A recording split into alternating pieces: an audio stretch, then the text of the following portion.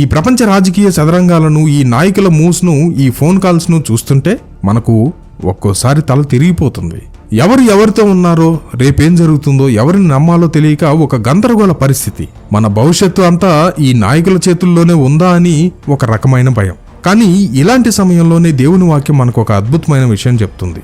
దానియేలు గ్రంథము 2వ అధ్యాయము 21వ వచనం.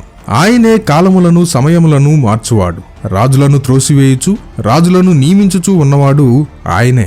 అలాగే సామెతల గ్రంథం 21వ అధ్యాయం 1వ వచనం ఇలా చెప్తుంది, యెహోవా చేతిలో రాజు హృదయము నీటి కాలువల వలెనున్నది, ఆయన తన చిత్తవృత్తి చొప్పున దానిని త్రిప్పును. ట్రంప్ కోపం అయినా, పుతిన్ ప్లాన్ అయినా, నెతన్యాహు నిర్ణయం అయినా, ఈ ప్రపంచ నాయకులందరి హృదయాలు, వారి ప్రణాళికలు సర్వశక్తిమంతుడైన దేవుని చేతిలో ఉన్నాయి.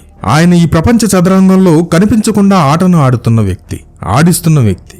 ఆయన తన ప్రణాళికను, తన చిత్తాన్ని నెరవేర్చడానికి ఈ రాజులను, వారి గొడవలను, వారి సన్నాహాలు అన్నిటినీ కేవలం సాధనాలుగా వాడుకుంటాడు. బైబిల్ ప్రవచనాలను స్టడీ చేసే మనకు ఈ సంఘటనలేవి ఆశ్చర్యాన్ని కలిగించవు. నిజానికి ఇవన్నీ ఒక పెద్ద చిత్రంలో ఉన్న చిన్న చిన్న ముక్కలు మాత్రమే. మనందరికీ తెలుసు, ఇప్పటికే చాలా వీడియోలలో మనం దీని గురించి మాట్లాడుకున్నాం. అంత్య దినాలలో జరగబోయే సంఘటనల గురించి బైబిల్ చాలా స్పష్టంగా ప్రవచించింది.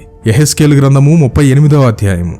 ఉత్తర దిక్కున ఉన్న గొప్ప సైన్యం మాగోగు దేశపు వాడైన గోగు నాయకత్వంలో ఇజ్రాయెల్ మీదకు దాడి చేయడానికి వస్తుందని చెప్తోంది. చాలా మంది బైబిల్ పండితులు ఈ మాగోగు దేశాన్ని నేటి రష్యాగా గుర్తిస్తారు.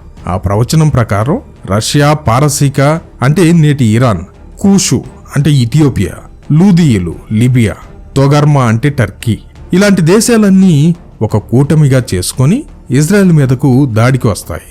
ఇప్పటికే ఇస్లామిక్ దేశాలు ఇజ్రాయెల్కు శత్రువులుగా ఉన్నాయి. టర్కీ వంటి దేశాలు కూడా ఇజ్రాయెల్కు వ్యతిరేకంగా మాట్లాడుతున్నారు. ఇప్పుడు ఇజ్రాయెల్ యొక్క సాంప్రదాయ మిత్రుడైన అమెరికాలోని ఒక వర్గం నుండి కూడా విమర్శలు వస్తున్నాయి. ఇజ్రాయెల్ ఒంటరి అవుతున్నట్లు కనిపిస్తోంది. ఇలాంటి సమయంలో రష్యా అధ్యక్షుడు పుతిన్ ఇజ్రాయెల్ ప్రధానికి ఫోన్ చేసి మాట్లాడడం అది స్నేహహస్తంలా కనిపిస్తున్నా దాని వెనుక ఉన్న వ్యూహం ఏంటి? బైబిల్ ప్రవచనం యొక్క నీడలు ఈ సంఘటనల మీద పడుతున్నాయా?